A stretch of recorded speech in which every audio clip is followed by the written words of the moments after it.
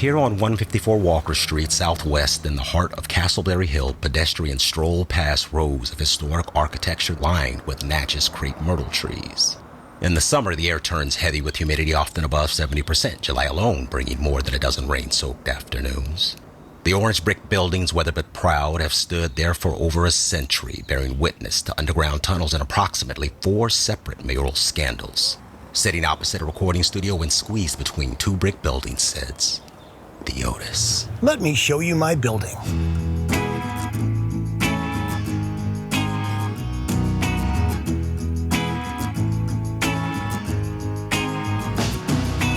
The Otis is comprised of 8 residential units, a rooftop lounge, gated parking, 2 street-level retail spaces, 8 prominent arched windows, and is held together by approximately 38,412 bricks. Though most in the surrounding area are fascinated with the pink one. When I first took hold of the Otis, it was in varying states of disrepair. 100 years of wear and tear in a community that was borne witness to world-changing history, like the Great Atlanta Fire, John Lewis marching down the block during the Civil Rights Movement, and the 1996 Olympic Games. Over time, pipes had burst from the cold weather. The framing was in need of repair, and the drywall and plaster were starting to show their cracks. The only way to raise this former elevator company factory back to life was to call in the skilled trades. Trade number 1, framing. Here's how it usually goes down when you're restoring a building this old. Step 1, inspection. You walk the building, poke around, and ask, is this wood solid? Is anything sagging? Do I smell termites? It's like a doctor checkup before you operate. Step 2, demolition. But not a smash everything demolition. We're talking careful surgical demo. You peel back old layers, expose what's underneath, and save whatever can be saved. Step 3, shoring things up. Before you touch the old beams, you put in temporary supports because no one wants the building to collapse halfway through. Think of it like crutches for a building. Step 4, replacing or reinforcing. If a beam is toast, you replace it. If it's tired but not dead, you might sister it. Well, that couldn't hurt. But sistering is actually attaching a new beam alongside the old one. It's like giving the old wood a gym buddy. That was in! Point! Step 5, leveling and squaring. Old buildings are charming. They're also very crooked. Yes, they are. So you shim, you tweak, you nudge until the floors are flat and the walls are straight. And your doors don't open by themselves like they've been cast in the latest horror movie. That's right. No one wants to be a character in an actual horror film.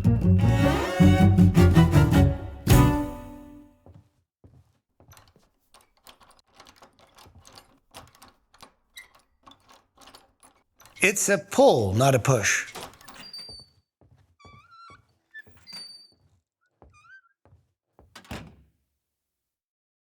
Step 6, modern anchors. Wow. This is where you meet the 21st century. Metal brackets, hurricane ties, anchor bolts, and all the little things that hold it together when the weather decides to throw a tantrum. Wind is good too.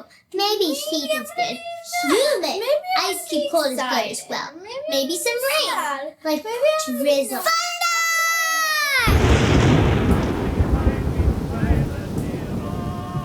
And finally, a framing check. Everything gets inspected, Squared up locked in. and ready for action. Once it's good to go, you start putting the rest of the building back together. Most people never see this part, but it's what makes the rest of the story possible. Skilled trade number 2, piping. All right, the framing wasn't the only thing that needed some love. Let's talk about the pipes. With a building this old and Georgia temperatures swinging from a sauna to a snow globe, the plumbing can take a beating. First up, assessment. Before you rip anything out, you gotta know what's in there. Copper, galvanized steel, PVC. You map the lines, test the pressure, and check for corrosion, leaks, and freezing damage. And trust me, if it's been through a couple of harsh winters, there's a good chance some of the pipes were not happy. I can confirm that they were not, in fact, pleased. Step 2, shut it down. Water off, power off. Deep breath. Nobody wants a surprise shower while they're holding a saw. Step 3, demo and removal. This part's trickier than it sounds. Pipes are buried in walls, floors, ceilings, and sometimes even concrete. So you surgically remove what's damaged without wrecking everything around it. Step 4, reroute and replace. Here's where the real magic happens. You run new lines, usually PAX or copper, depending on what the building needs. Hot lines, cold lines, drain lines, vent stacks. It's like giving the building a brand new circulatory system. Only instead of blood, it's, well, hot showers. Step 5. Insulation and protection. Since cold weather did a number on the old pipes, this time around they wrapped the new ones. Foam insulation, better routing, and maybe even heat tape in some areas. Now when it freezes, the pipes don't panic. I can confirm that they no longer, in fact, panic. Step 6. Pressure test. You don't just turn it on and hope for the best. They pressurize the system and check every connection, because one bad joint and you're mopping up the basement at midnight. Final step. Cover it all up. Once it's good to go, the walls close back up. You don't see it, but you feel it. Hot water when you need it. Cold water that stays in the pipe. And plumbing that finally knows what century it's in. Honestly, it's one of the unsung heroes of restoration. Because when it works, nobody notices. And when it doesn't, everybody notices. In 1854, Elisha Otis changed everything with one bold move. He cut the rope beneath his elevator platform at the New York World's Fair. And it didn't fall. His safety brake invention gave birth to the Otis Elevator Company. Just 3 years later, Otis installed the world's first passenger elevator in a New York department store. Suddenly, buildings could rise higher, and cities would never look the same. By the early 1900s, Otis was lifting people in the Eiffel Tower, the Statue of Liberty, and across the growing skylines of the industrial world. Throughout the 20th century, Otis led the way with innovations in electric motors, automated systems, and high-rise elevator technology.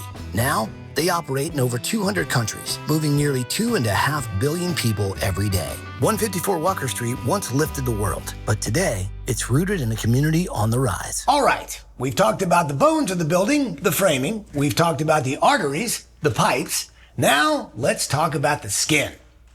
Drywall. Step 1, prep and cleanup. You start by removing the old stuff, which in a 100-year-old building is usually cracked, bowed, water damaged, or mysteriously patched with duct tape. Once it's down, you clean the studs, check for mold, and make sure everything behind the wall is sound. No point putting a fresh face on a mess. Step 2, measure and hang. Next up, drywall sheets. Big, heavy, awkward, like wrestling a mattress. You measure twice, cut once, and screw it to the place. Tight and clean. Step 3, tape and mud. Now we hide the seams. Drywall tape covers the gaps. Then comes the joint compound. That's the mud, which gets spread, smoothed, and sanded sometimes over multiple rounds. It's like icing a cake if the cake weighed 60 pounds and hung vertically. Step 4, texture and finish. Here's where it gets artistic. Some walls are left smooth, others get a texture that matches the building's original look. So it feels like it's always been there. You're blending history with fresh paint. Final step. Inspection and paint. Before you roll on that first coat, everything gets checked. Are the corners sharp? Are the seams invisible? No bumps, no dips? Then and only then, the rollers come out. Primer, paint, clean lines. That's when you really feel the transformation. You know, it's funny. Drywall's not flashy, but it's the part of the renovation you see every day. So when it's done right, you don't even notice it. And that's kind of the point.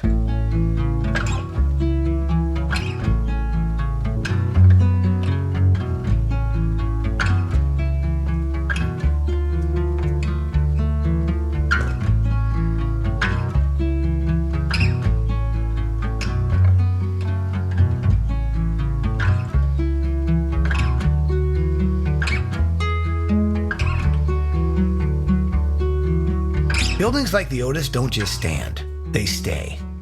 They outlast trends, turnover, and even the stories that built them. This one, it stood through Snake Nation's lawless days, through the rise and fall of railroads and industry, through our dark history of segregation, through the Olympic Games and the years of being overlooked. And now, it's still here, right in the heart of Castleberry Hill. One of the few buildings that has seen it all. In a neighborhood like this, buildings are more than square footage. They're where life plays out. A corner store, a front porch, a second floor window with a skyline view. Someone started a business here. Someone else started over. But when a building fades, something in the neighborhood fades with it. And when you restore it, you're not just repairing damage. You're reactivating memory. You're plugging the building back into the pulse of the street. That's what the skilled trades do. Framing, plumbing, wiring, drywall, sure. But really, they bring places like this back to life. They keep the neighborhood from disappearing. Because restoring the Otis isn't just about old walls. It's about giving this building and this community the chance to witness another 100 years of stories. And if you want to be part of that future, there's a place for you in the trades.